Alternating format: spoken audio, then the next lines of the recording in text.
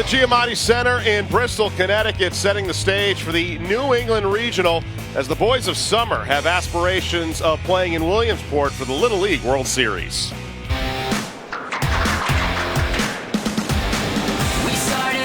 Fun is underway here at the Little League World Series. Shortstop, go! And he crushes one to right. My goodness. We got ourselves an unbelievable Little League baseball game. It's a feeling it's never gone. It's the reason keeps you coming back again. Summer forever. There it is! They did it! The perfect season!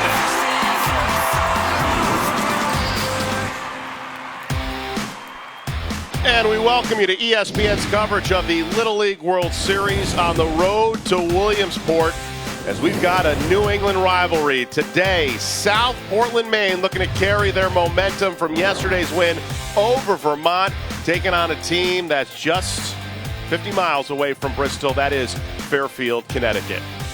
Hi, everyone, and welcome alongside Darren Bragg, who spent 11 years in the majors. I'm John Brickley. Glad to have you with us. We take a look at the New England Regional, a spot to the semifinals on the line. And let's start with South Portland, the team out of Maine. First time in 50 years they're in this tournament, and they made the most of it yesterday, Darren, with their victory over Vermont. That was highlighted by that rally in the sixth inning to knock out their counterpart. Yeah, they scrapped. You know, they had a tough pitching early. They had to face, but they scrapped and played through it and got some big hits in the end to win the ball game. A great rally that included 7 runs in that sixth inning as Maine advancing in the winner's bracket. But a tall task remains today, Darren, when you take a look at this Fairfield team and what they've been able to do. 2 times they've come out champions from the New England Regional, and just last year made it to the championship game before losing to Rhode Island. Yeah, rich tradition in Fairfield. They had the experience last year, got a couple kids returning this year, so experience is with them. So we have 2 teams looking to vie for a spot into the semifinals. And as we take a look at the division at a glance in terms of the format for the Little League World Series in this New England Regional, 6 teams in a modified double elimination. We've got 6-inning game that includes 2/3 the conventional field size with the minimum mandatory play. But for New England to be represented in Williamsport, Connecticut looks to be one of the top teams to try to knock down. So when we come back at Breen Field at the Giamatti Center here in Bristol, Connecticut, we've got the first pitch. South Portland, Maine looking to hold on to that magic as they take on Fairfield, Connecticut on the other side of the break.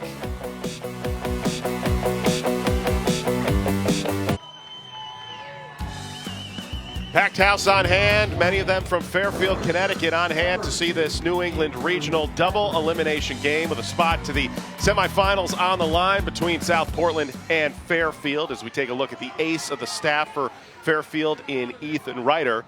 Already a favorite of mine just because of the fact that he likes Mark Wahlberg. So there you go, a checklist for Ethan Ryder as Fairfield able to get the first round bye thanks to the blind draw that occurred as Andrew Heffernan, who had a 2-run home run in the game against Vermont to lead things off for South Portland, and a swing and a miss in the first strike by Ryder. Yeah, and that's a nice thing about having the first round bye. You can bring out your ace in this game and still have the day off for tomorrow and bring it back on Wednesday if you have to.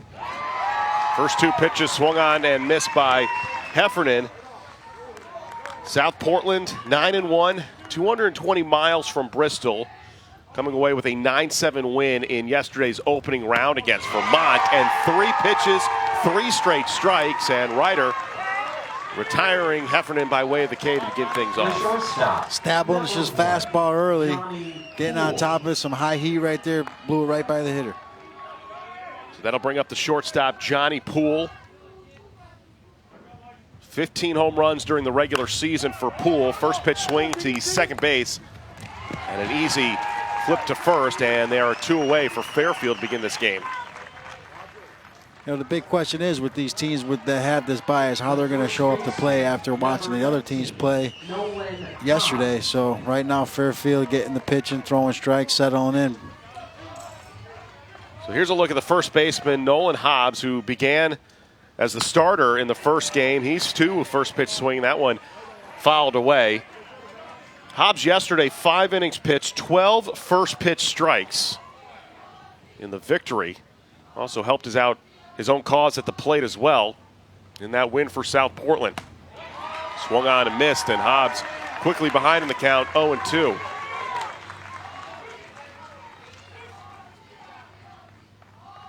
Six straight strikes that were been thrown by the starter, Ethan Ryder.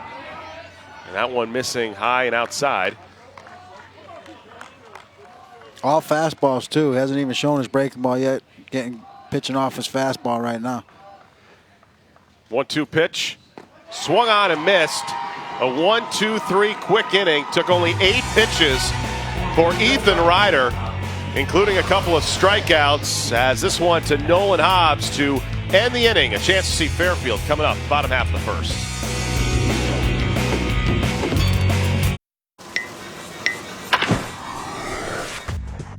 I think, like most team sports, obviously baseball's the closest to me, but the satisfaction that you get out of accomplishing something as a team is something that you can apply your whole life and whatever you're doing. And I think kids might not understand it when they're young, but that's something that you'll get the most satisfaction out of. I think even for me now, that's what I get the satisfaction out of, is doing something together with the team and accomplishing something outweighs anything that you do individually. Great insight from a 3-time World Series champion, Giants catcher Buster Posey, as the Giants and Cubs set to battle later tonight on ESPN in the 10 o'clock hour, as we get set for the bottom half of the first inning in this New England regional consisting of 6 teams. We saw New Hampshire yesterday take care of Cumberland, Rhode Island, while South Portland, Maine, with their victory over Vermont, also registering a win. Rhode Island and Vermont both still seeking their first win, as we will have a chance today for the first time to see Massachusetts and hear today Fairfield, Connecticut in action. Ethan Ryder, the starter, the ace of the staff for Fairfield, a quick 1-2-3 top half of the first inning. He will lead things off, facing off against Andrew Heffernan, the starter for the South Portland, Maine team. And Heffernan's bat, part of the story yesterday for South Portland. And if you're Maine going up against a Fairfield team with the home crowd in their favor, what's got to be the key? Yeah, the key is just keeping your composure. You know, you got a big crowd. You got Fairfield's got some experience. Maybe one of the favorites to come in here today. So just keep your composure. Execute your game plan. Donning the orange bat is Ryder to begin things off in the leadoff spot. And the first pitch by Heffernan, missing the inside corner for ball 1. Fairfield 15-0 on the season, just 49 miles from the Giamatti Center. And last year, losing to Rhode Island in the championship game, but this is a Fairfield team that has won titles in 2010 and 2012, as that one fouled away. And you can make the argument too, Darren, that being the local hometown team, that there is a little bit of added pressure. Yeah, definitely.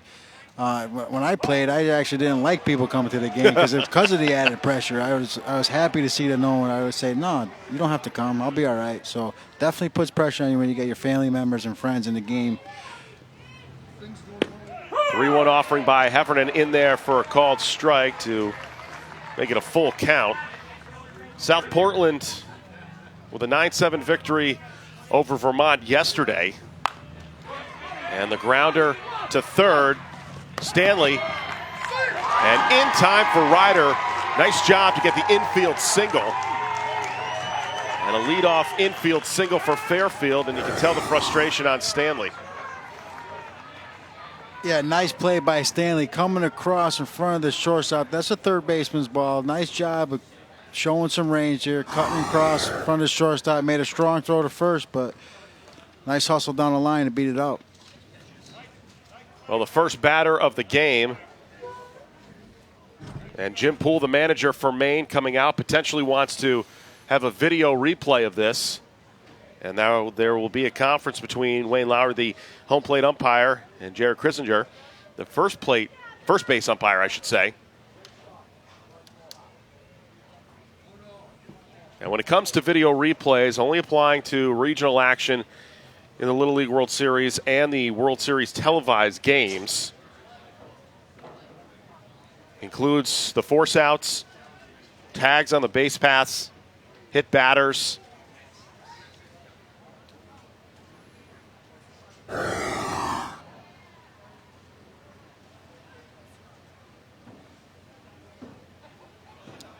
And that's a close call, and it looks to be that this one might be overturned. Originally called an infield single.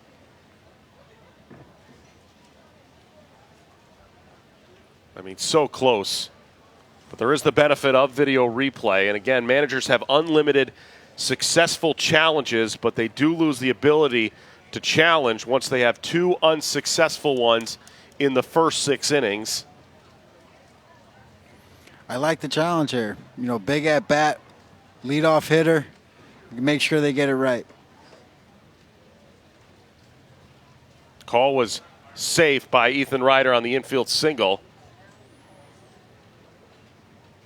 And this might be our best angle to take a look, is if the throw by Stanley was in time. I mean, it is so close.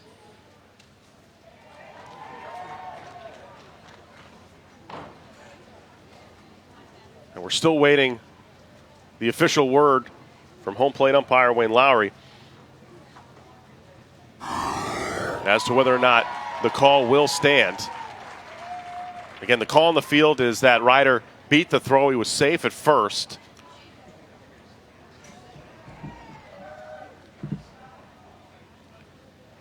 And Ryder is out, so the challenge plays to the benefit of Maine. The call overturns as Jim Poole and Maine retire the first batter for Fairfield, and Ethan Ryder, the starting pitcher. The shortstop, number 24, Michael Iannazzo. And give credit to the replay crew here for the Little League World Series. They turn around quick. Usually under 2 minutes you get a response. So Heffernan back to work. Michael Iannazzo steps to the plate, the shortstop for Fairfield. He was on last year's team that made it into the championship game against Rhode Island. 13 home runs he has had so far in tournament play, and already heading the count against Heffernan 2-0.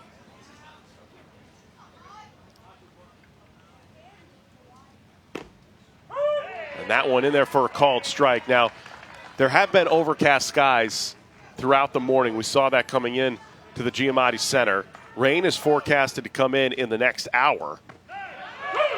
And there, Heffernan able to even up the count at 2-2. Maine in their road red, Fairfield in their home white. Iannazzo checks his swing. Nice play there to make it a full count. I will say this, though, Darren, of all the teams we've seen so far, Fairfield certainly is the most impressive when it comes to the uniform. That one the opposite way, falls in for a base hit, rounding first and heading into second with a stand-up double is Iannazzo, and Fairfield has a one-out base hit to begin the bottom half of this first. Iannazzo did a nice job with 2 strikes, getting a breaking ball in the outer half and going with it, hitting down the left field line. And Poole comes out to check in on Heffernan. Gilboy, the catcher, also a part of the meeting as well.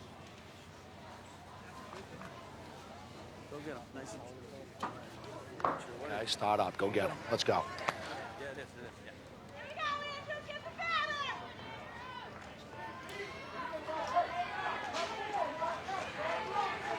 So Iannazzo on second.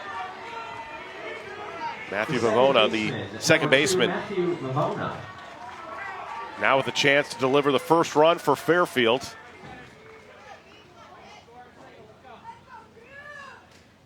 Vivona was another guy that was on that team last year, so they got their shortstop and second base with experience from last year. That helps. That experience beneficial for veteran players and certainly the newcomers on this stage. Iannazzo, who's on second, Vavona at the plate, both the players who were on last year's team that made it to the championship game, eventually falling to Rhode Island. But Fairfield, a team, again, has great success in the New England Regional. They and Rhode Island have represented this New England region, as this one sent to deep center field and gone. And just like that, Vavona has Fairfield on the board with a 2-run home run. That one was a rocket. Nice short, quick stroke, almost like a line drive type swing that just got out over the fence, but it was hit hard. Vovoda, who had a walk-off home run to win districts. And we take another look at this one. Look at the power packed on that at bat. Yeah, nice short stroke. Got a pitch he can handle up in the zone. Line drive, left center field home run. So the right fielder, Tyler Bauer, steps to the plate with a 2-0 lead and just one out. Bauer, who loves to watch golf. You have to appreciate that, as this one is sent to left center field. On for the catch is Carson Blake. And there are two away as Heffernan able to rebound after surrendering the 2-run home run. Nice job by Carson, showing some range going to his left. Making a nice catch on the run. The right fielder, number 12, Troy Ashkenos. Ashkenos, the right fielder, stepping into the plate. 2 outs. And Fairfield up 2-0. The last appearance for Connecticut at Williamsport was done by Westport back in 2013.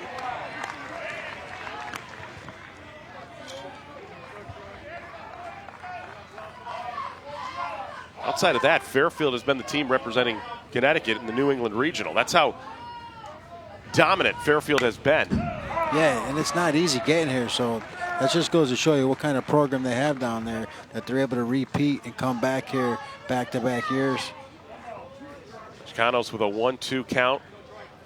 20 pitches thrown in this first inning for Heffernan. And staying alive. Chicanos. Fairfield in a interesting predicament. We talked about the home field advantage in essence, and you match up with that veteran experience. One of the dangerous teams in New England. Check swing, did not go, and it remains now 2-2. They lost in the championship last year to Rhode Island, so that experience should help them in this tournament this year. Ashkenos with the line drive into center field. And so Fairfield continues with their third hit of this inning, up 2-0. And that'll bring up the 6th batter of this first inning, Aiden Rivera, the catcher. Quick reflexes on the pitcher here to get out of the way of this. That was coming right for him. It's close, that distance. It's a scary thing. We saw it in the first game what happened, so very quick reflexes right there by Heffernan to get out of the way.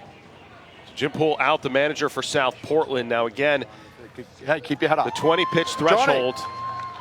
And Heffernan is going to be out of this game, so Poole not wasting any time, as his son Johnny will be the new pitcher. Tomorrow if this doesn't go our way, okay? You go When get we out of come this back, inning. If 2 your arm's outs uptight, in we the got top squishy, half we of got this deal first with inning. it. Connecticut up 2-0. Go keep it down, work hard together, okay? The Little League Grow the Game Grant Initiative has distributed over $2 million at the local level. Grant funding provides local Little Leagues resources for general improvement and to expand or establish softball, challenger division, and urban initiative programs. For more information, visit littleleague.org/grow the game. Maine quickly making a change on the mound. Johnny Poole moving from short now will be the new pitcher. The coach's son now battling with a Fairfield team that has a 2-0 advantage. Now the good thing for Andrew Heffernan, who started off this game, the pitch threshold that he had was at 20, which means he will not have to rest for the next game. Part of that managing a game within a game is Aiden Rivera. His first plate appearance.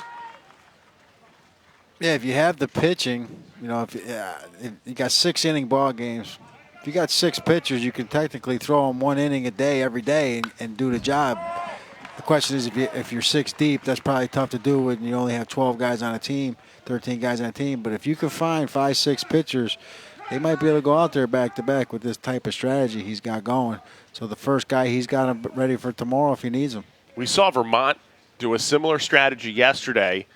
Their starter, Eli Bostwick, was electric early on, he gets taken out, and the first pitch given up by Deibler was a 2-run home run by Matthew Fogg for South Portland. So an interesting strategy that South Portland has gone with, already pulling their starter in the first inning.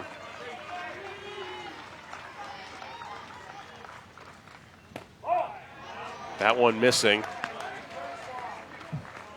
And it's a 2-1 count in favor of the batter Rivera. Already a 2-run home run. Matthew Vavona unloading off of Heffernan to give the early lead to Fairfield. This one's sky high and out of play.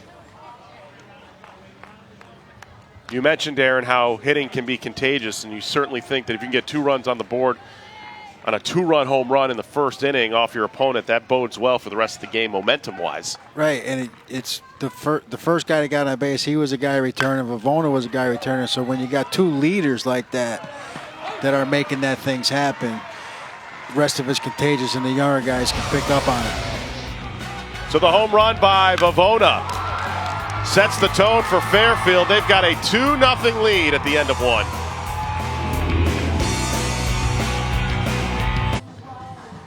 Fairfield with a 2-0 lead on South Portland, Maine, as we take a look at how they got here. Maine, first time they've been represented in their current regional format for South Portland. Their first state title in 50 years, and during that state tournament, outscoring their opponents 31-3, and started off with the victory on Sunday in the opening round, Darren, with a 9-7 victory over Vermont, highlighted by that 7-run 6th inning. Yeah, dominated their state tournament. Had the one big inning yesterday to get the W. Now they got to come back from behind and do something to beat this Fairfield team.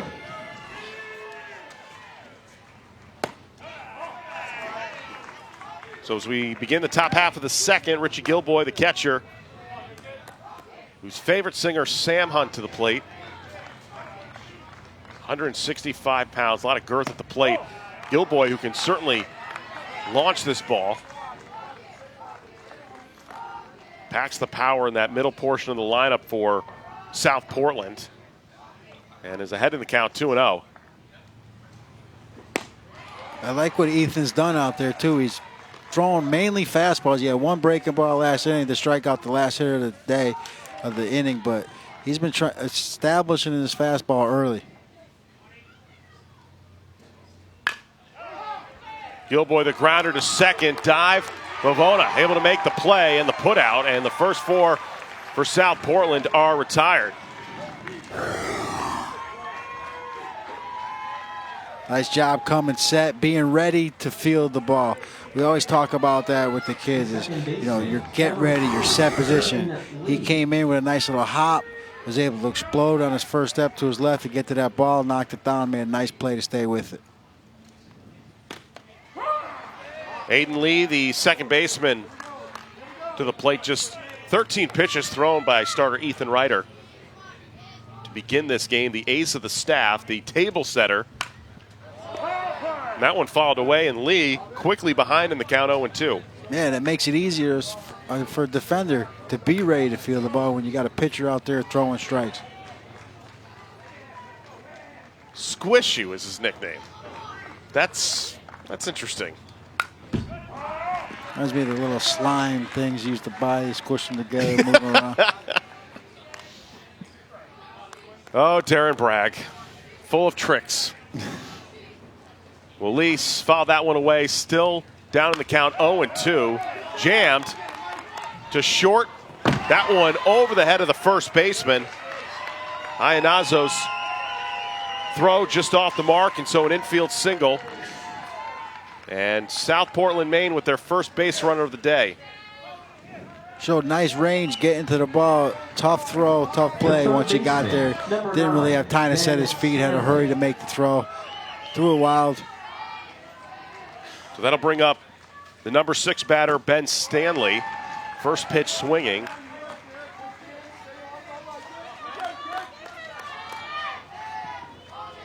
Stanley, whose favorite actor, Paul Walker, actually took a couple years off to focus on lacrosse before returning. And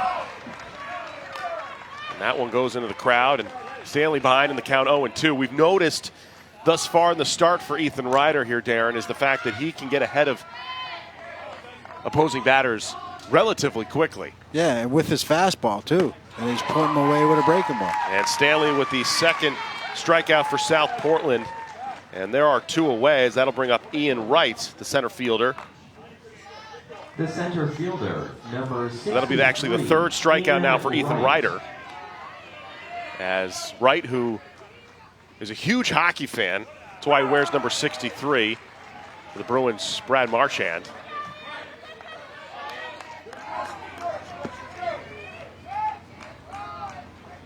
So 6 of the 7 batters to this point Ryder has been able to get with first pitch strikes. And again, right now, the latest to fall behind 0-2. Right. Pump the first 2 strikes there with fastballs right at you. Let's see if he continues with that same recipe. Throw the breaking ball right here to try to put him away. The 5th 0-2 count in favor for Ryder. Gets right down by way of the K. 4 strikeouts for Wright.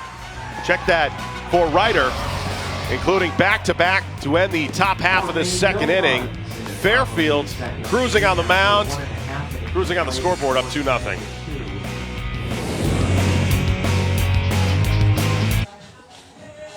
Beginning in January of 2018, Little League will join other youth baseball organizations in adopting USA Baseball's new USA Bat Standard. For more information on how this new youth standard will impact Little League, visit littleleague.org/bat info. So the rain's starting to come down just a little bit. It's been expected in the forecast in the Bristol area as the umbrellas out in full bloom as we get set for the bottom half of the second inning. And it'll be Anthony Pollock, the center fielder for Fairfield, to lead things off. For Connecticut, the center fielder, number 6, Anthony Pollock.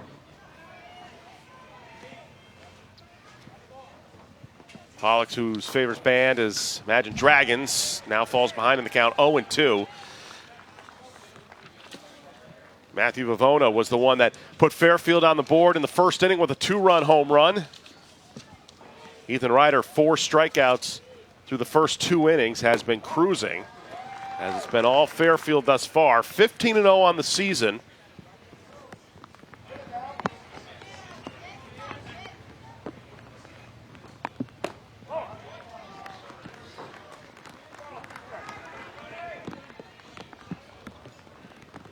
Poole, the second pitcher used, as you can tell, the rain coming down at a much more steady pace. Trying to go a little sidearm, does Poole. And now it's a full count. I don't know if the ball slipped here, Darren. Yeah, he was coming down from the side trying to mix it up with 2 strikes with the righty-on-righty matchup. Grounder to short. Easy play for the shortstop, Heffernan, and there is 1 away. Winner of this game heads to the semifinals. It's a modified double elimination tournament, meaning that whoever loses today still is alive for a chance to punch their ticket to Williamsport.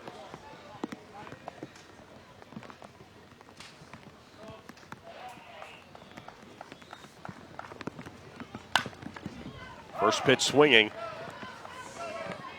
as Owen Gallagher, the left fielder, with his first plate appearance of the day. Chris Dunn, or that Minnesota team in the NBA that's going to be very dangerous in the Western Conference. And that evens up the count at 1-1. Just traded to Chicago, my fault. Swung on and missed, 1-2. Part of that Jimmy Butler trade.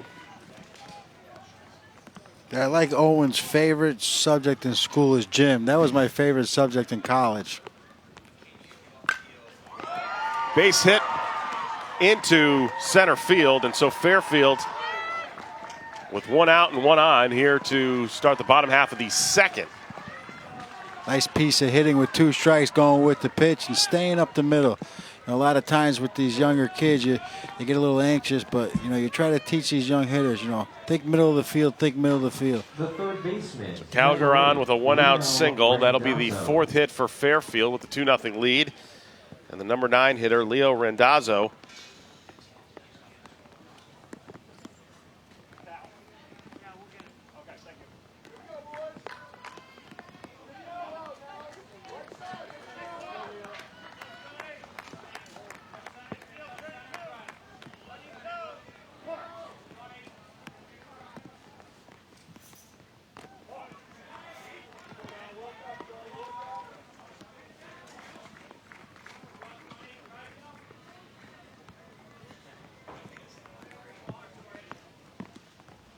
The 1-0 pitch, Rendazzo, hot shot to second. Great play by Aiden Lee.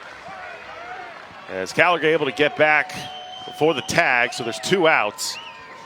That one was a hot shot to second. Smoked the ball, got on top of the fastball. Nice job by Lee to make the play, and another nice job by the base runner to get back to first base on a tough play to read with that line drive. First pitch swinging as Ryder goes up the middle. That one gets through for a base hit, so Fairfield once again threatening, this time with 2 on and 2 outs and a 2-0 advantage. As Iannazzo comes up to the plate. Had a double to begin Fairfield's offensive surge. Pavona was able to capitalize with the 2-run home run as the rain continues to come down.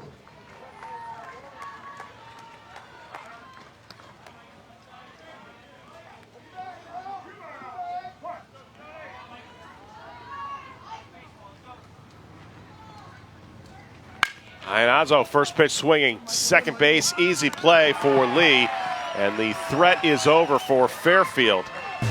So midway, Fairfield with a 2-0 lead on Maine. For Connecticut, no runs in the bottom of the second. As we move to the third in this New England Regional, Fairfield starter Ethan Ryder has been on point. 22 pitches, 19 of them have been for strikes, including 4 strikeouts, Darren. And he's got a 2-0 lead, and so far South Portland has had no answer for the ace on the mound for Fairfield. Yeah, first time through the lineup, he established his fastball, got strikes with his fastball, and seemed to want to put guys away with his breaking ball. So as a hitter, if you're Maine, you're watching this, and now you're gonna have to jump ahead of those fastballs early in the count because you don't want to get to that breaking ball. Carson Blake, favorite food is sushi. I saw that, Dave Freed. Thank you. Freed's been trying to convince me on trying to eat sushi. I just don't get it. I'm just not a sushi fan. 1-1 pitch, that one chopped foul. Ryder once again has been able to get ahead in the count against the South Portland lineup for Maine. That's been limited to just 1 hit so far.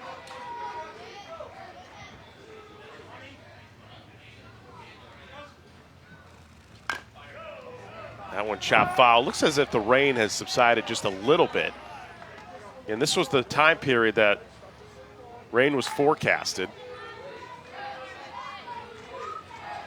We've been lucky so far to get. Blake swung on and missed as Rivera throws it down to first. The 5th strikeout to this point for Ryder. He's got 3 straight retired by way of the K, and there's 1 out so far in this inning. You know, same recipe as he did earlier. You know, establish his fastball early in the count, and when he wanted to put a hitter away, he went to that breaking ball. So that'll bring up the number 9 hitter, Matthew Fogg, playing in right. Had a 2-run home run in the victory over Vermont.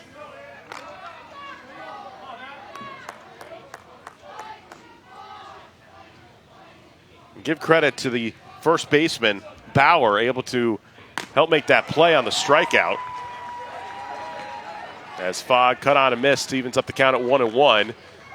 Now see, there's something that I can appreciate. Favorite food is steak. Nothing against sushi, but steak would be my first choice. Fogg squares to bunt, and that goes foul, and he falls behind in the count, 1-2. What piece of steak do you like the best? Well, I just had a ribeye, so I'm going to go ribeye for right now. But if I like to go high end, I do the filet.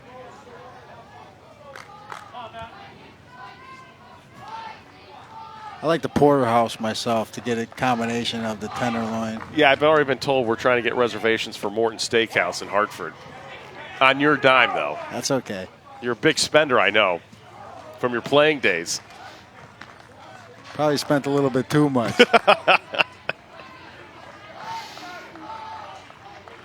So a 2-2 count here to Fogg with 1 out in the top half of the third. As Ryder again with the strikeout. 4 straight punch outs for Ryder. He's now got 6 total on the afternoon. Number 2. Right there, nice hard fastball up in the zone. Throwing strikes. Back to the top of the lineup. Heffernan able to duck away from that one.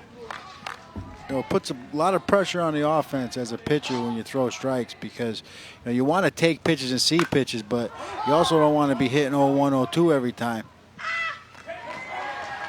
And the putout retires the side. Iannazzo coming up with the catch as we make our way to the bottom half of the third. Fairfield up 2-0. Uh-oh.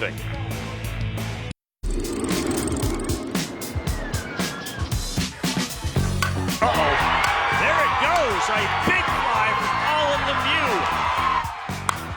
And Lemieux goes to second, and it's 4-1 Warwick.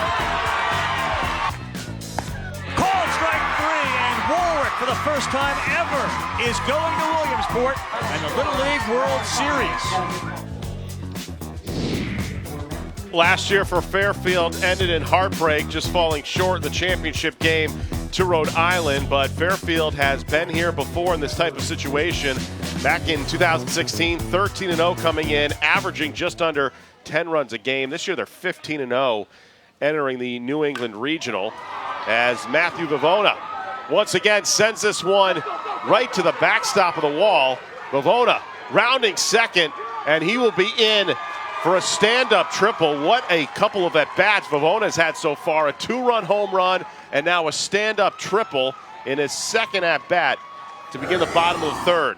Yeah, and he was running hard out of the box, so he had triple on his mind right away. Number 7, Tyler Bond. Already got the 2 most difficult parts of the cycle, Darren. A home run and a triple.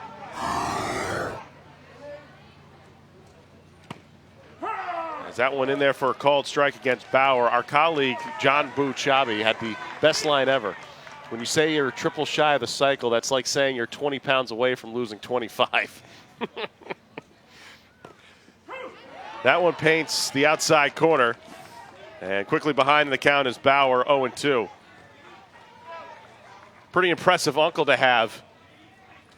Frank Vogel, the head coach of the Orlando Magic. That's something to brag about. Yeah, especially when they come up in town to play the Celtics. You get tickets for that game.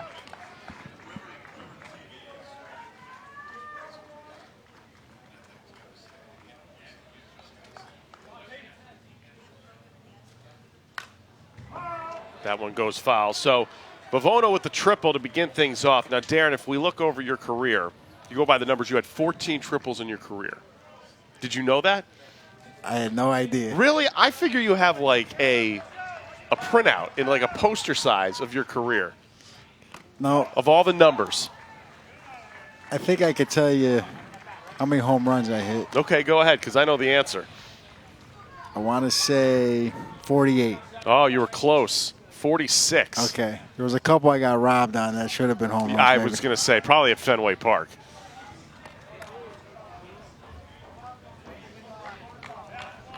So Poole dealing with a 2-2 count to Bauer, who flew out to left his first time up. Going with the sidearm and fouls away to keep it alive at 2-2. Yeah, he's showing the sidearm action, that arm angle. Sometimes righty on righties, the pitchers want to mix up, give you a little different arm angle to look at, especially when they have 2 strikes and looking to strike you out. This one set to shallow right. The second baseman coming on hand and making the play as Lee tries to check the runner back at third, and there is one away for South Portland as Christian Smith will be coming in a pinch hit situation for Fairfield. Pinch hit. Number 5. Nice try trying to get behind, throwing behind the runner, try to get him out third. Great job by the left fielder backing up the base there too.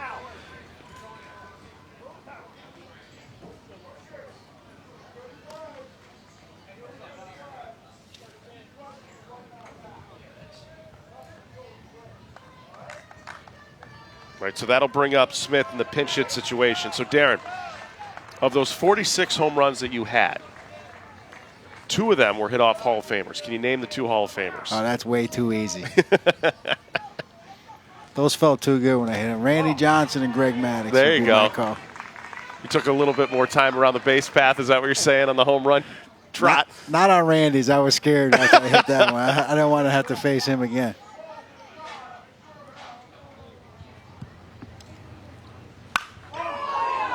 Smith. That one goes foul, but had the distance.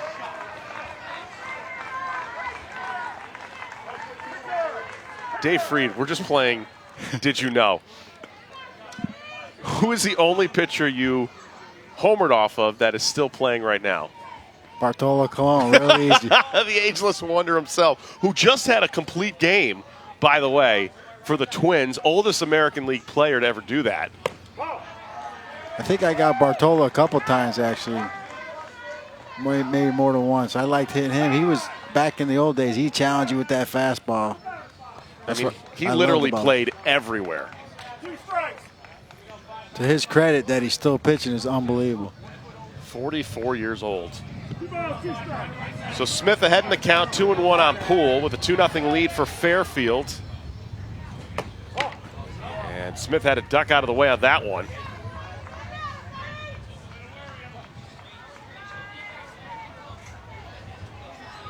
So the favorite player for Smith, Bartolo Colon. How about that? Oh, perfect timing. How about that? Smith to right.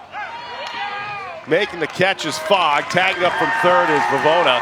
And Fairfield, another run comes across for them to lead 3-0. Nice job right there. Call a productive out. You got a man on third. You're trying to put a ball in play, get RBI. Great catch by Fogg in right field, but it was still a sacrifice fly with an RBI. So a 3-0 lead on the sac fly. As Smith beneficial in the pinch hit situation. So Anthony Pollock, the center fielder for Fairfield, coming up. Poole now up to 34 pitches. And this one sent deep, but right to the left fielder. And making the catch to retire the side. So Connecticut gets another run across at the end of 3. Fairfield up 3-0 on Maine. You're watching ESPN's coverage of the Little League World Series on the road to Williamsport. The Giamatti Center in Bristol, a overcast and sometimes rainy afternoon, but the fans from Fairfield, Connecticut in full attendance. On the other side, it's all been for South Portland. A struggle against Ethan Ryder, who continues to work now into the top half of the 4th inning. 6 strikeouts total, 27 strikes. He has thrown just 7 balls, and the 1 hit surrendered, along with those 6 strikeouts. And so far, Darren, South Portland has not been able to answer the ace of the staff for Fairfield. Well, he's been getting it done with his fastball. And, your fastball is one pitch, but in reality, it's more than one pitch if you can locate in different spots. So your fastball can turn into 4 or 5 pitches when you start talking about locating it. So he's doing what every pitcher loves to do. Establish your fastball and pitch off your fastball once it's established.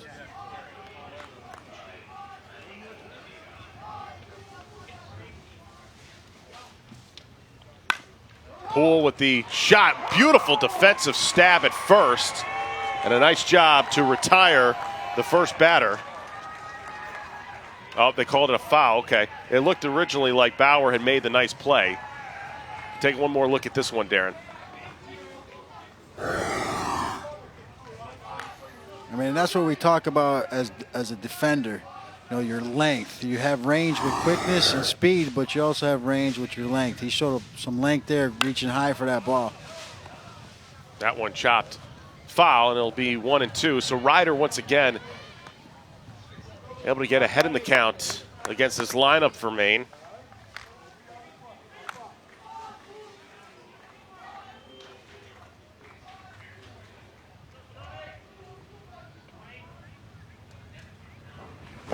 The 1-2, that completely fooled Poole.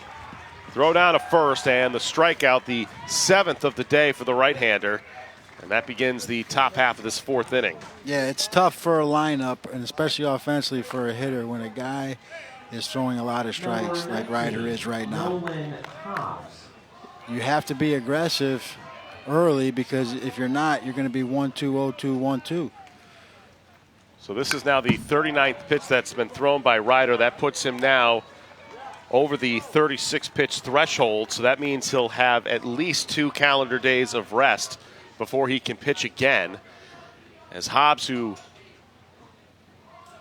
was the opening day starter yesterday against Vermont in the opening round, gets jammed up and fouled away.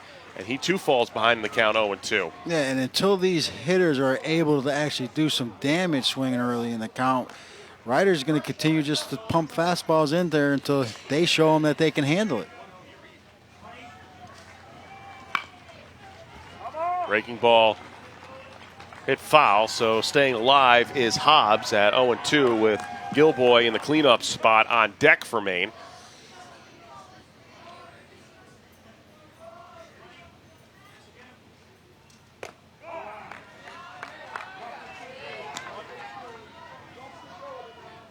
Fastball up in the zone there. Change his eye level a little bit. Probably come right here, back here with a breaking ball. Try to put him away. 1-2 pitch. Hobbs goes down swinging. Back-to-back strikeouts to begin this 4th inning for Ryder. And now that is 8 strikeouts total for Ethan Ryder to begin this game for Fairfield.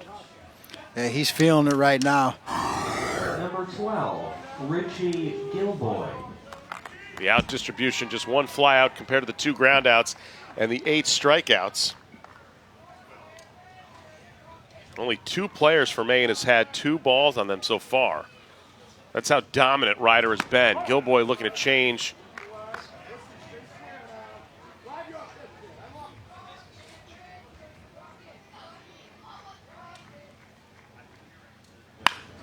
Gilboy lost this one up into shallow left field, and that one drops in for a base hit right in front of Gallagher.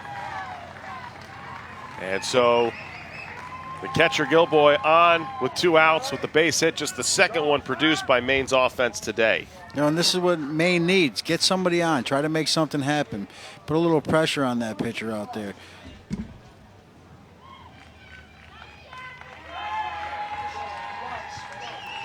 So we have a special pinch runner, Ian Wright, coming in for Gilboy.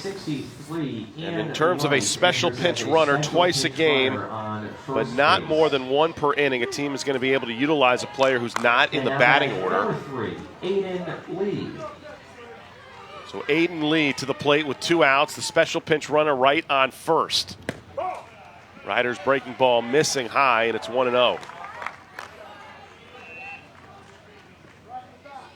We saw in the first game between New Jersey and New York that first round bye did not faze New Jersey with the victory 9-0 as that one sent to the shortstop, Iannazo, to end the threat for Maine. We are midway through the 4th here in Bristol, Connecticut, with a 3-0 lead.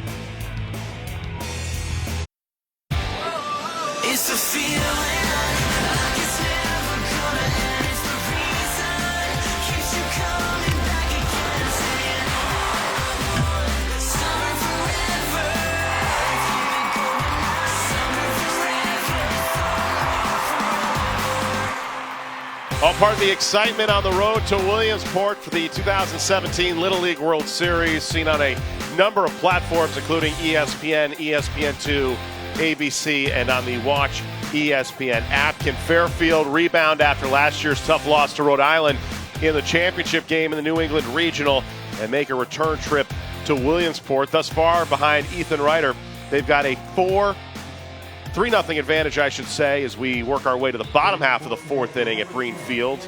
Overcast skies as the faithful fans of Fairfield making the short 50-mile trip from Fairfield here to the Giamatti Center. Poole back to work. This time going up against number 10 for Fairfield, Anthony Valletta. A lot of left-handed bats in this lineup for Fairfield. This one sent to short. Heffernan able to make the putout, and there is 1 away. So number 11, Andrew Cutler, pinch hitter set to make his first plate appearance for Fairfield with a 3-0 advantage.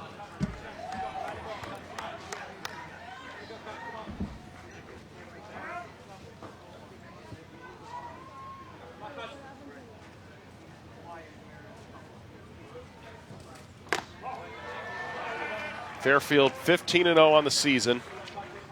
Cutler, whose favorite athlete is Isaiah Thomas, IT.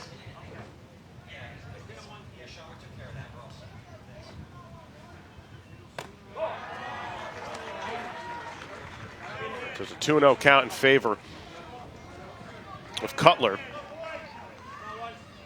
Fairfield put 2 on the board in the first, 1 in the third. That one sent out of play. Defensively, a couple of changes for Maine. Gilboy moves now to first with Hobbs behind the plate.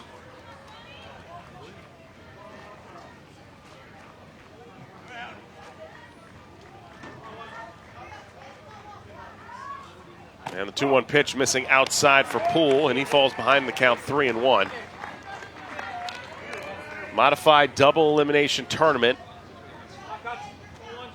The Eastern region, which has been hosted here at the Giamatti Center since '87, was expanded in 2001 to the New England and the Mid-Atlantic regionals. Cutler able to draw a 1-out walk. And Griffin Dotter, one of the subs for Fairfield.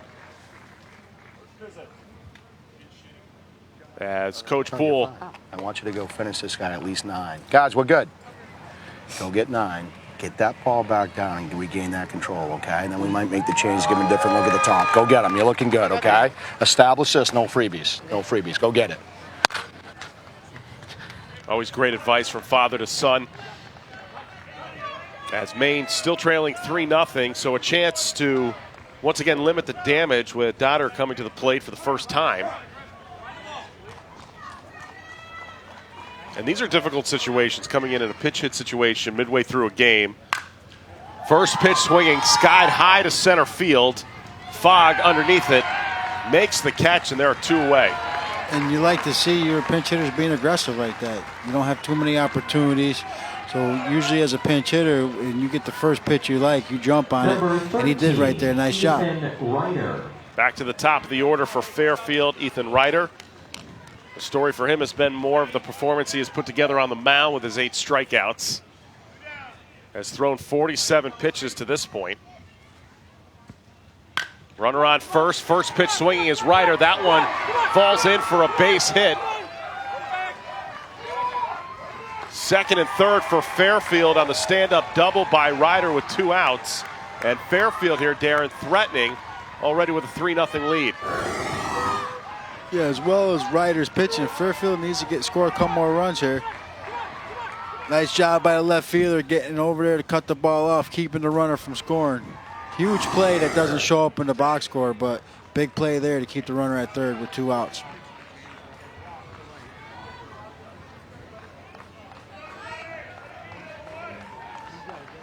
Keep it down, work that fastball down, establish strike 1, and snap off that curve down where it's not a strike once you get him sucking after it, okay? Have fun and go get him, buddy. This is your time. Let's go.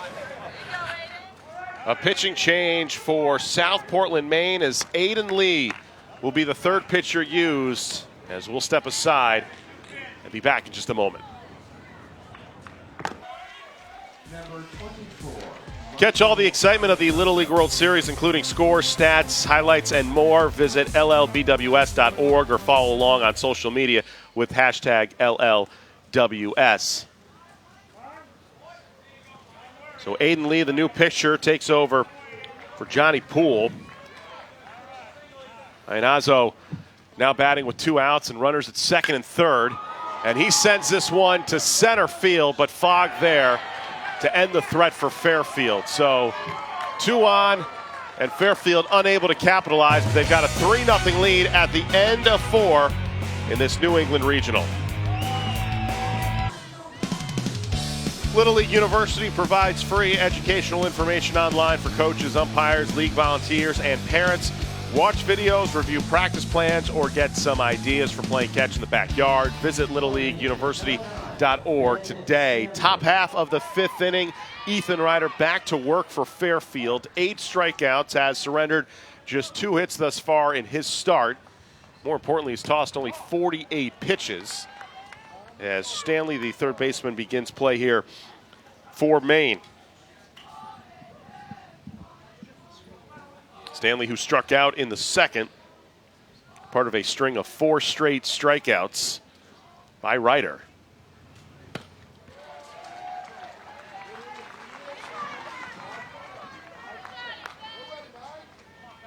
Maine has had some success on the field today, but in terms of the batter's box, it's been a much different story, Darren. Just struggling with the 2 hits. Ryder with the great catch on the line drive, and there's 1 away. Fairfield's playing great defense right there. Nice reaction play by the pitcher on a hot smash up the middle. Stuck the glove up and got it.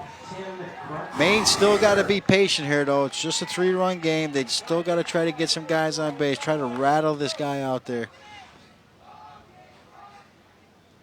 Tim Crockett, number 11 for Maine, looking to try to get on base. Crockett, who's known to be a great teammate, great smile, favorite movie for him, Holes.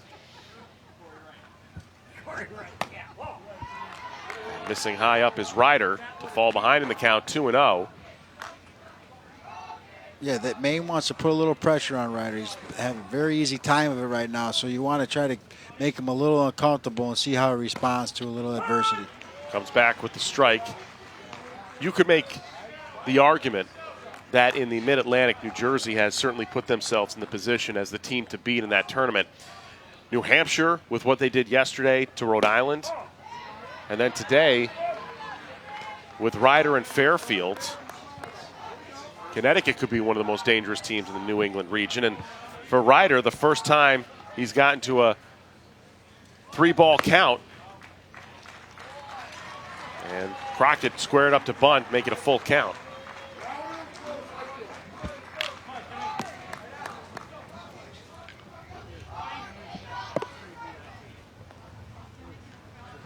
Three-two offering, swung on and missed. Ryder's got 9 strikeouts now in this game, and there are quickly 2 away with Crockett going down with the strikeout. And that'll bring up Alec Campbell, number 99 for Maine, as the rain starts to pick up in intensity. First pitch swinging is Campbell with 2 outs. Crush it Campbell, they call him in South Portland.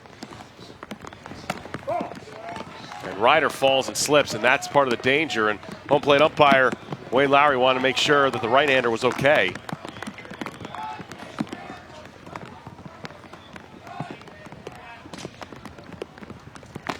Campbell swung on and missed, and quickly behind in the count, 1-2 here with 2 outs in this 5th inning. Yeah, tough draw for Campbell pitch hitting when a guy's on his game like this right now. You never got into the flow of the game. Missing on the outside is Ryder. Putting together a quality at bat, working the count to 2-2 right now. Missing low, and Campbell, give him credit, he's been able to battle back to make it a full count.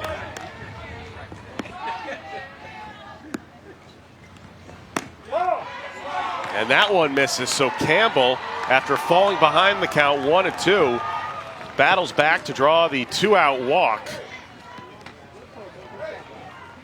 Yeah, nice at bat by Campbell, coming in and pitch hitting, facing a pitcher like this who's on his game. Got behind the count early, able to work himself back into the count and get a base runner here and get a little life for Maine.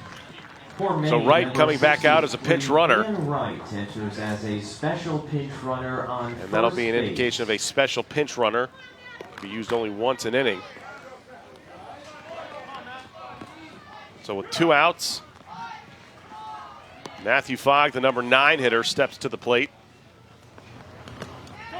That one gets away from the catcher.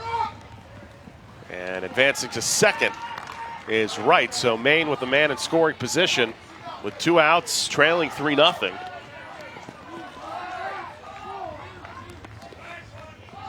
Maine, for the first time today, has been able to get a runner in scoring position. And all of a sudden, Ryder seemingly missing his mark over the last two batters with Campbell and now to Fogg. Yeah, well, he's got a shutout going around, pitching well. Now you get a guy at base, start putting a little pressure on him, and make him do something he doesn't want to do.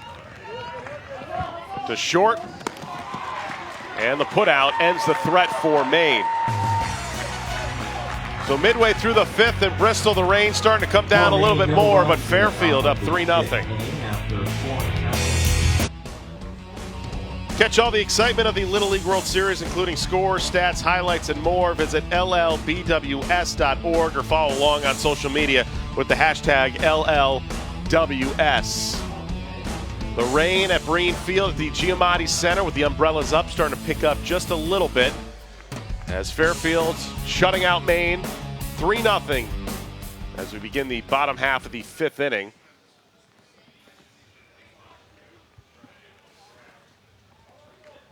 Matthew Vavona, who has had an impressive day at the plate, halfway to the cycle, a two-run home run in the first inning. Followed it up with a stand-up triple. This time, first pitch swinging. That one is going far and over the wall. How about that for Matthew Vavona? A two-run shot and now a solo bomb to begin the bottom half of the fifth.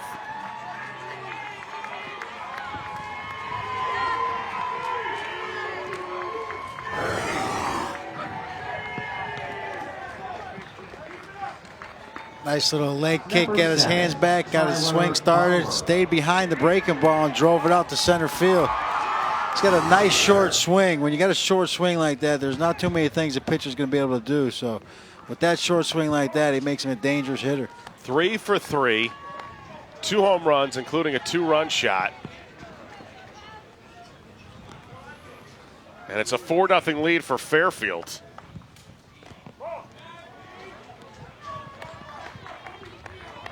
Tyler Bauer at the dish. Favorite actress, Emma Watson. Heading the count now 2-0. That one gets away from the pitcher as Aiden Lee back to work in this fifth. And now Poole back out for a visit with his pitcher Lee. We're going to make a change, okay? And no worries. I want Richie to come in here and get this thing done. Okay. Great job. Yeah. Richie!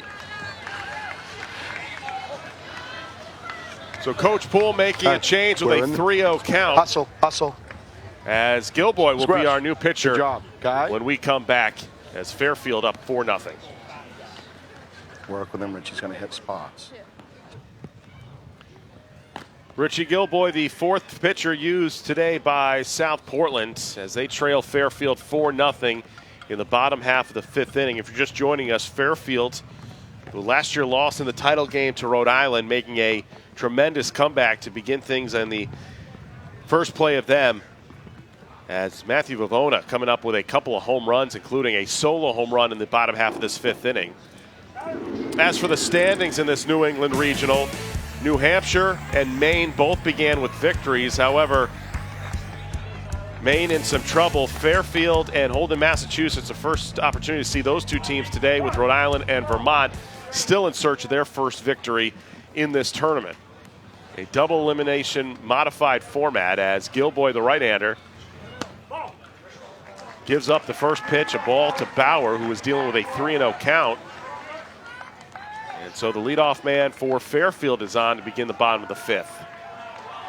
For the most part, South Portland's pitching staff has done a great job, especially the bullpen. The guys came in, only giving up 2 runs the rest of the way here.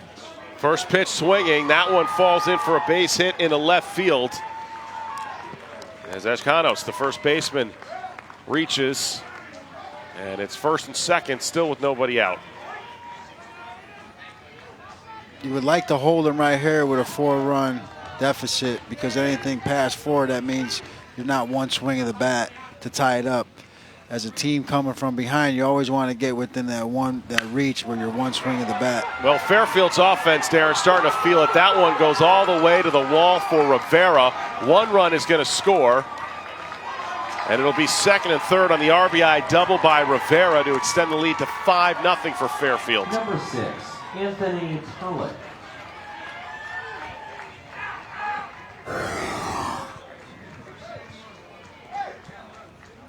Nice job being aggressive on first pitch with guys in scoring position. That's what you like to see out of your hitters.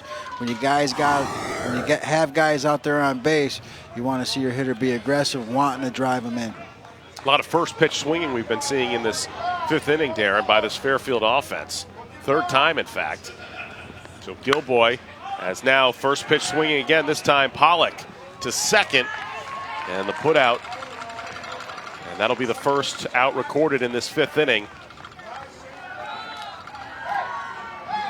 From your standpoint, Darren, just how dangerous is Fairfield, as we have seen on the mound, but also at the plate with a couple of home runs by Bavona?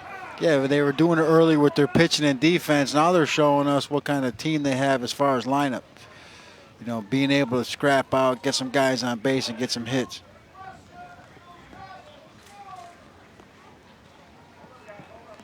So we could potentially see a pitching change for Fairfield to begin the top half of the 6th inning. Managing a game within a game, but depending on the pitch count eligibility rules.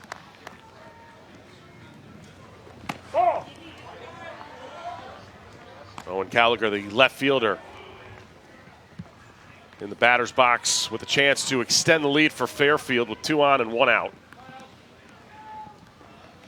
Gilboy's offering. Fouled away, and so it'll even up the count at 1-1. And getting this bye for Fairfield, when you can win this first game after getting a bye, is a big advantage. Being able to go right into the next game being on Wednesday.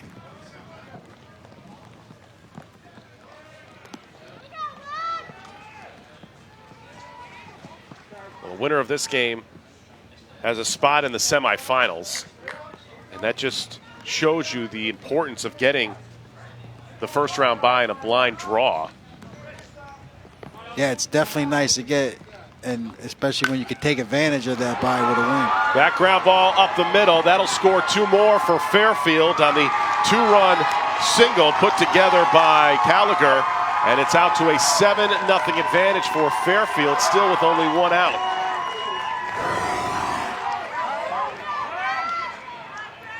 Nice short swing, hard ball hit up the middle, couple RBIs. Very happy, rounding third, scoring. I mean, that's the one thing you see about these kids. They're having a lot of fun out here, especially when you're winning. Okay. Matthew! So we'll have another pitching change for Jim Poole and Maine, as Fairfield has put on 4 more runs in this bottom right half of the field. 5th inning, as we'll step aside. Squishy third base. Have fun. Okay. This is a moment. John Brickley, Darren Bragg back with you at the Giamatti Center in Bristol, Connecticut, as Matthew Fogg, the next picture used by manager Jim Poole for South Portland, Maine, as they trail now 7-0 to Fairfield, whose offense has put up 2 in the first, 1 in the third, and now 4 more in the 6th. Yeah, they were held in check for the first part of this game, but have exploded here in this inning to kind of put this game out of reach. Leo Rendazzo, the third baseman, the number 9 hitter for Fairfield, dealing with a 1-0 count by Fogg, the southpaw. And he falls behind the count 2-0. Connecticut getting a brilliant performance on the mound by Ethan Ryder. Followed up with a 7-run lead, as that went in there for a called strike. And just shows you, Darren, for a team that last year was so close to making it to Williamsport and losing in the title game to Rhode Island, there's certainly some fire and some grit with this team. Yeah, you know, being that close, it will leave a bad taste in your mouth. But on the flip side, you're going to learn something from that experience. So when you get here again for this year, you can apply what you learned. And taking nothing for granted is one thing Fairfield is doing right now. Base hit, as that will get Randazzo to second. Stopping at third was Gallagher, so there'll be 2 on and only 1 out. And now the possibility of the 10-run rule starts to creep in the minds for fans here at Giamatti Center. Nice job staying on a pitch, driving it to right center. Hustling in for the double. What an opportunity it would be for Ethan Ryder to come on and maybe potentially end this game with a home run, as Sean O'Neill will come out of the dugout and pinch run. And now batting number 13, Ethan Ryder.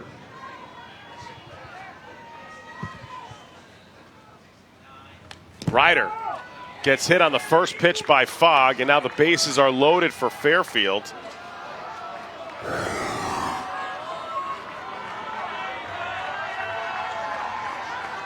As now Iannazo able to come to the plate with Vivano on deck for Fairfield. So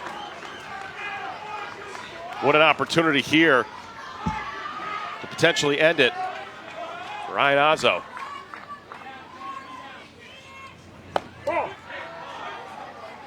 If you're in this position right now, how do you approach this at bat for Fairfield, knowing you've got a 7-0 lead, bases loaded, one out, and the potential to end it? Yeah, being aggressive. You know, you're in the bonus round here. You got a big lead. You've already had some action earlier in the game. So he's got a single already, so he's kind of in the bonus round. You got the bases loaded. You got a lot of opportunity out there. Take advantage, be the pitcher. The 2-0 to Iannazo. And he wants a pitch to hit. You can tell the frustration with him at the plate because Fogg pitching around him, trailing in the count now 3-0. Question is, will he swing on the 3-0 pitch? Does not. Ball 4 brings in a run, and it's an 8-0 lead for Fairfield. Yeah, he's definitely upset there. When you got guys on base as a hitter, you definitely want to take advantage of it. And even sometimes you're upset when you draw a walk and get the RBI. Do me a favor. Stay strong. Listen, you don't have a ton of experience here. You did fine. What I want you to do is run and play great defense and right. Good effort, okay? Great job. We're not done here. Go get him. Ben! Ben's like, me? Let's have some fun, right? So Ben Stanley will be the next pitcher used by South Portland. Put into a tough situation, one out with the bases loaded, as we'll be back to Bristol in a moment.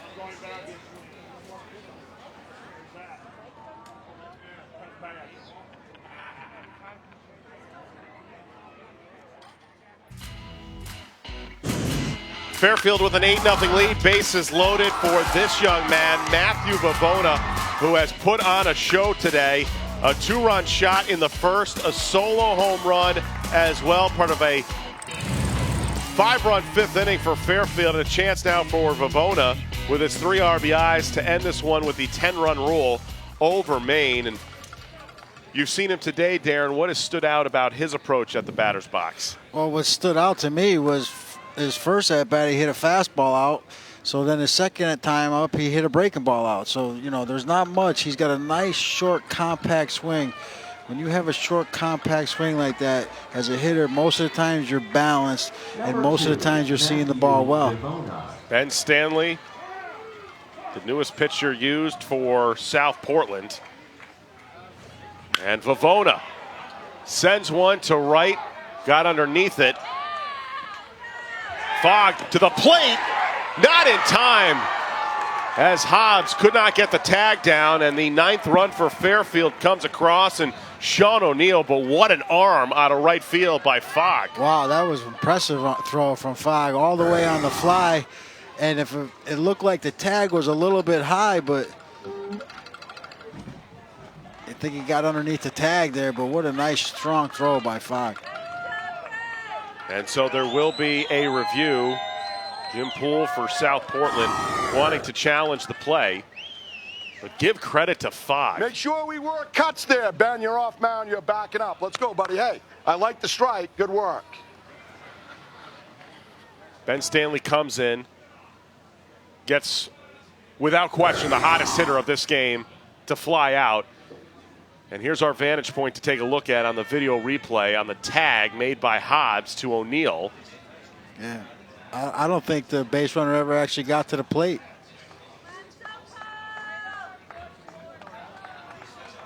That replay would indicate that O'Neill is out. And if that is the case, that might be one of the best defensive plays we see this entire tournament.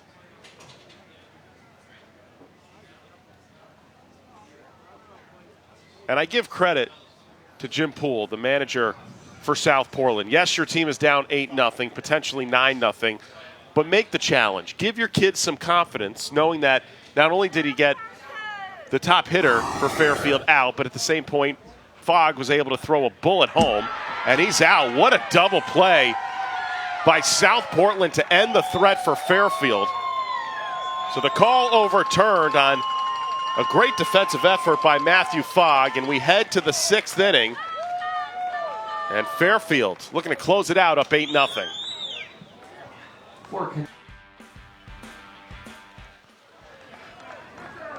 John Brickley, Darren Bragg back with you as the top of the 6th inning begins for South Portland, Maine, with Andrew Heffernan, who started this game on the mound in the leadoff spot. Now, if we take a look at what happened yesterday, Darren, Maine was able to put together a 7-run 6th inning. They're down 8-0 now to Fairfield. You wonder if the magic is back for Maine. Well, there's definitely no quit in them. You saw the play that ended in, last inning. Guy throwing the guy out at home from right field, and the manager challenging it. So they're not giving up. That one hits Heffernan, and he goes down in pain on that one. As Matthew Vavona, the new pitcher, replacing Ethan Ryder, and you can tell Heffernan in excruciating pain after taking that one. Looked to be to the elbow. Yeah, it looks like it got some bone there. It looks like if he either got elbow or wrist or something, but there was not a lot of meat there on those arms. The training staff, along with home plate umpire Wayne Lowry and the manager Jim Poole, on hand to tend to Heffernan, who's going to be looked at further, taken out of this game. And Darren, let's get a replay look at what happened on that at-bat for Heffernan. I think the fastball got a little away from him inside, and it's, oh, that hurts right there, right on that elbow. It's tough once you make a decision to commit to hit a baseball, and you saw him going towards the baseball. He wasn't ready to get out of the way. By the time he was ready to get out of the way, the ball had already hit him. So, but when it gets you on the elbow like that with no muscle around it and gets you straight in the bone, that really hurts.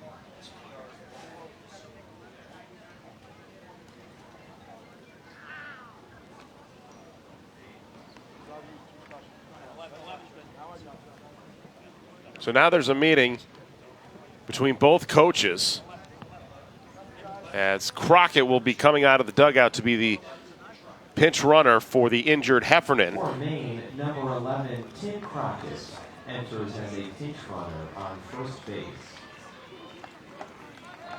And now batting number 1, Johnny Poole.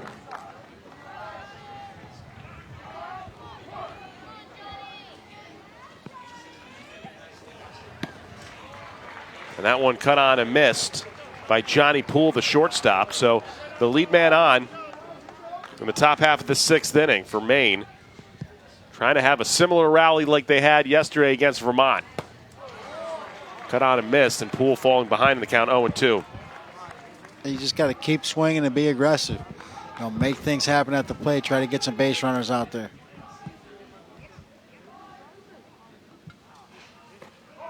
That one high, and it's a 1-2 count. Vavona replacing Ethan Ryder after his 5 stellar innings on the mound. 9 strikeouts for the right-hander.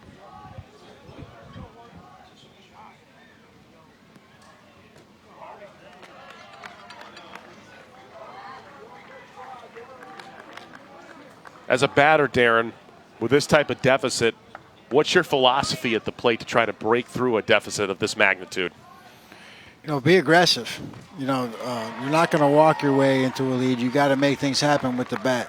So, and especially when the pitchers are throwing strikes out there, be aggressive, get a good pitch you can hit. Number 19, Nolan Hobbs. So Nolan Hobbs with 1 strike out to Vavona, who was able to get the first out by way of the K with Poole, and the first pitch strike to Hobbs.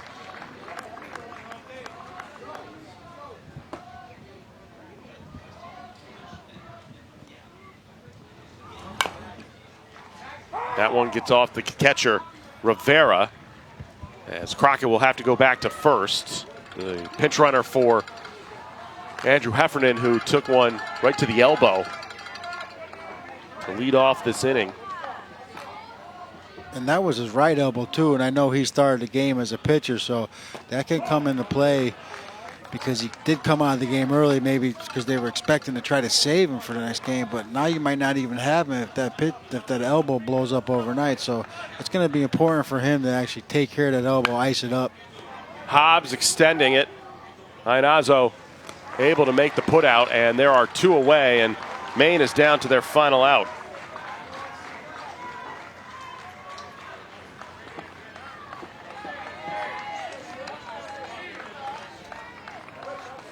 Number 12, Richie Gilboy. Gilboy coming up in the cleanup spot.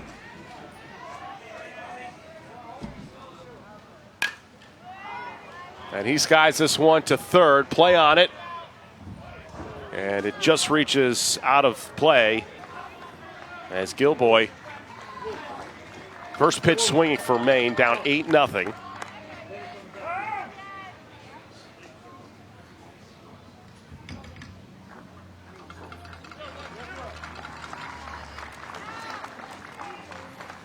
So Heffernan gets back to the dugout after being checked out by the medical staff, seeming to be okay. As Gilboy again free swinging that one out of play as well, and Gilboy and South Portland are down to their final strike.